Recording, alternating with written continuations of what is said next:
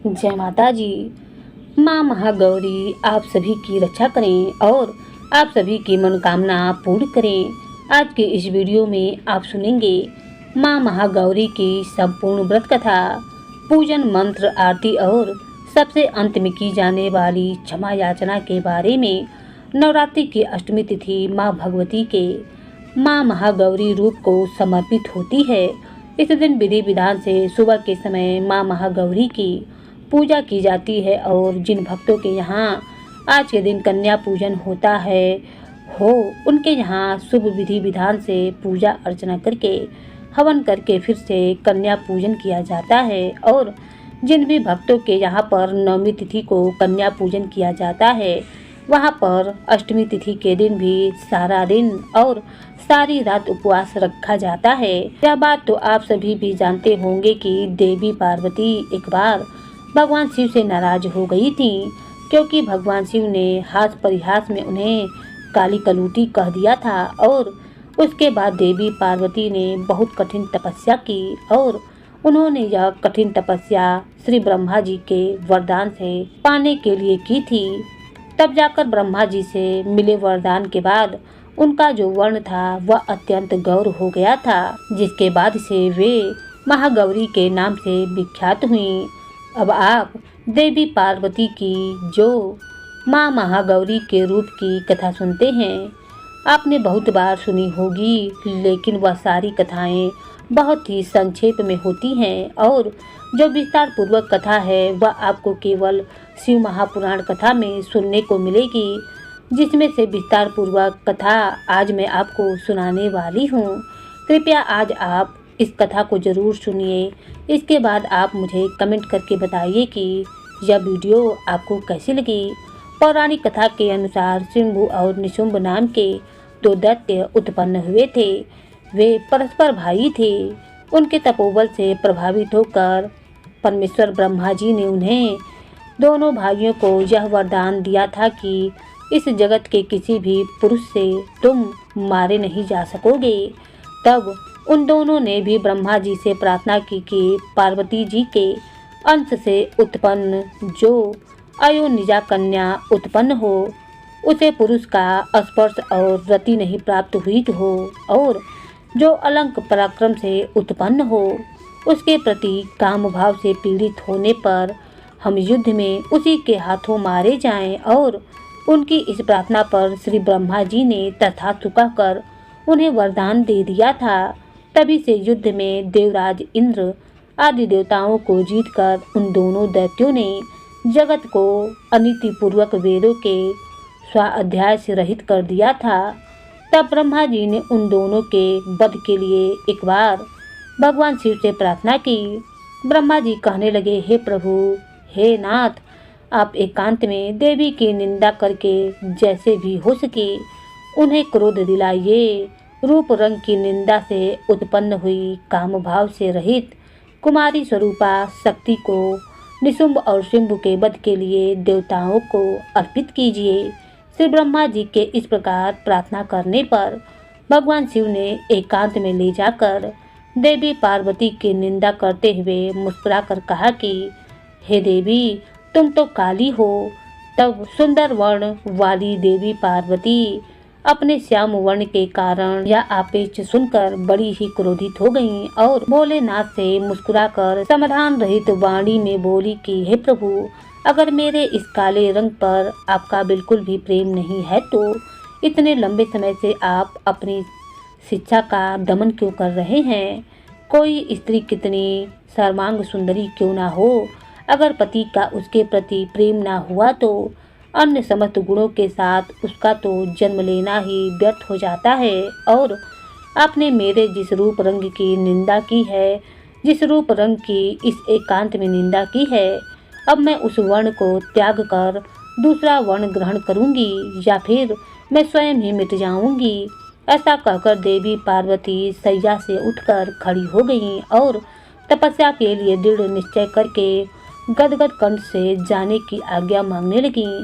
इस प्रकार प्रेम भंग होने से भयभीत होकर भोलेनाथ स्वयं भवानी को प्रणाम करते हुए बोले कि हे प्रिय, मैंने तो हास परिहास में आपसे यह बात कह दी थी।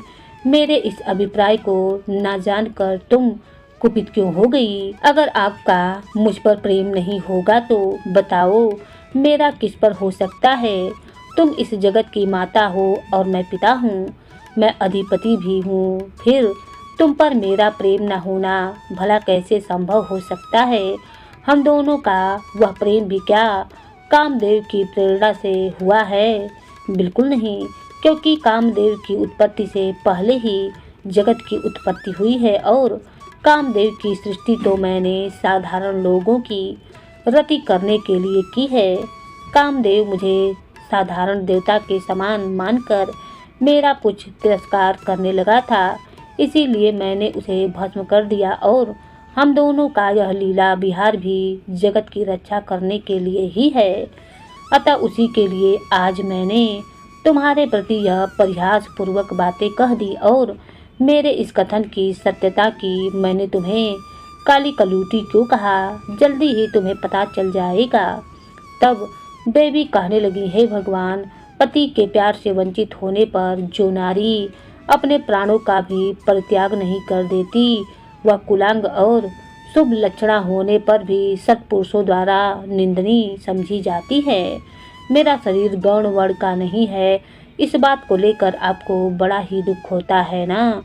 नहीं तो कीड़ा में या परिहास में भी आप मुझे इस प्रकार काली कलूटी क्यों कहते?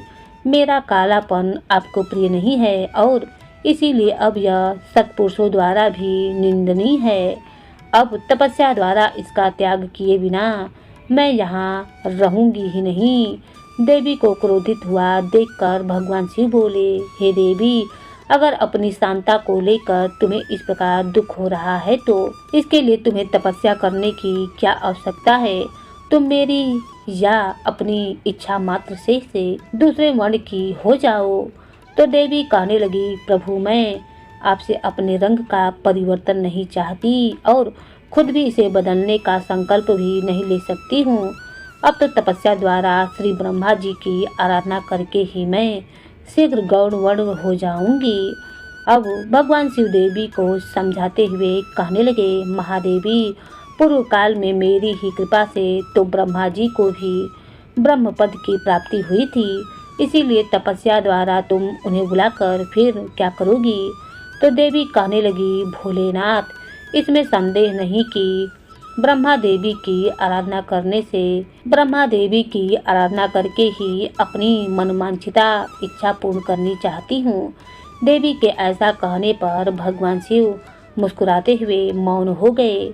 देवताओं का कार्य सिद्ध करने की इच्छा से ही उन्होंने देवी को रोकने के लिए बिल्कुल हट भी नहीं किया। फिर पतिव्रता देवी पार्वती पति भगवान शिव की परिक्रमा करके उनके वियोग से होने वाले दुख को किसी तरह रोककर हिमालय पर्वत पर चली गईं। उन्होंने पहले संखिनियों के साथ जिस स्थान पर कठिन तपस्या की थी उस स्थान से उनका विशेष प्रेम हो गया था, इसीलिए इस बार भी उन्होंने उसी स्थान को तपस्या के लिए चुना। अब देवी कठिन तपस्या में लीन रहने लगी। इस तरह तपस्या करते करते जब बहुत समय बीत गया तब एक दिन बहुत बड़ा व्याघ्र वहां उनके आसपास देखा गया। आया तो वह देवी को खाने के लिए था, लेकिन देवी पार्वती के नजदीक आते ही उस दुरात्मा का शरीर स्थिर हो गया। वह जड़ हो गया, एक जगह पर खड़ा रह गया, हिलडुल भी नहीं सका। देवी पार्वती ने भी देखा कि एक भूखा व्याघ्र उन्हें खाने की इच्छा से उनके सामने खड़ा हुआ है, लेकिन यह सब देखकर भी देवी बिल्कुल विचलित न हुई, बल्कि वह पहले की तरह ही तपस्या में लीन रह गईं। उधर उस व्याघ्र के सारे अंग अकड़ गए और भूख से वह अत्यंत पीड़ित हो रहा था। यह सोचकर कि यही मेरा भोजन है, वह लगातार देवी की तरफ ही देखे जा रहा था। देवी के सामने खड़ा खड़ा वह व्याघ्र उनकी उपासना से करने लगा। इधर देवी के मन में सदा यही भाव आता कि यह व्याघ्र तो मेरा उपासक है और हो ना हो यहाँ के दुष्ट वन जंतुओं से रक्षा करने के लिए यहाँ पर आया है। यही सोचकर वे उस पर कृपा करने लगी। उन्हीं की कृपा से उस व्याघ्र के तीनों प्रकार के मल तत्काल नष्ट हो गए। फिर तो उस व्याघ्र को सहसा देवी के स्वरूप का बोध हुआ। उसकी भूख मिट गई और उसके अंगों की जड़ता भी दूर हो गई। साथ ही उसकी जन्म सिद्धि दुष्टता भी नष्ट हो गई और उसे निरंतर तृप्ति बने रहने लगी। अब वह देवी के आसपास आने वाले दुष्ट वन जंतुओं को खदेड़ देता था। उस तपोवन में विचरण करने लगा। इधर तपस्या में लीन देवी की तपस्या बढ़ी और तीव्र से तीव्र तर होती गई। उनकी इस कठिन तपस्या से प्रसन्न होकर श्री ब्रह्मा जी वहां पर पधारे। देवी ने उनके योग्य अर्घ्य देकर उनका स्वागत सत्कार किया। बदले में उनका भी सत्कार और अभिनंदन करने के बाद ब्रह्मा जी अनजान की तरह देवी की तपस्या करने का कारण पूछने लगे। बल्कि स्वयं भी ब्रह्मा जी ने ही तो भोलेनाथ को ऐसा करने के लिए कहा था। जब अनजान की तरह श्री ब्रह्मा जी पूछने लगे तो देवी कहने लगी, हे ब्रह्मा जी, मेरे शरीर में जो यह कालापन है इसे सात्विक विधि से त्याग कर मैं गौरवर्णा होनी चाहती हूँ। तब ब्रह्मा जी बोले, देवी बस इतने ही प्रयोजन के लिए आपने इतनी कठिन तपस्या की, ऐसा क्यों किया? क्या इसके लिए आपकी इच्छा मात्र ही पर्याप्त न थी या फिर आपकी यही एक कोई लीला है? अगर आपकी यह भी कोई लीला है तो आप इसके द्वारा मेरे एक अभिष्ट फल की भी सिद्धि कर दीजिए। देवी सिंभु और निशुंभु नामक दो दैत्य हैं, उन्हें मैंने वरदान दे रखा है। इससे उनका घमंड बहुत बढ़ गया है और वे देवताओं को सता रहे हैं।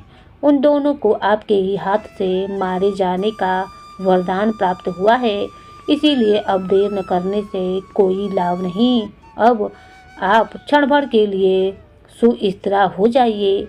आपके द्वारा जो शक्ति रची या छोड़ी जाएगी वही उन दोनों के लिए मृत्यु हो जाएगी। ब्रह्मा जी के इस प्रकार प्रार्थना करने पर गिरिराज कुमारी देवी पार्वती सहसा अपनी काली त्वचा के आवरण को उतारकर गौण वर्ण हो गई। काली त्वचामयी आवरण रूप से त्यागी गई जो उनकी शक्ति थी। उनका नाम कौशिकी हुआ और वह काले मेघ के समान कांति वाली कृष्णवर्णा कन्या हो गई।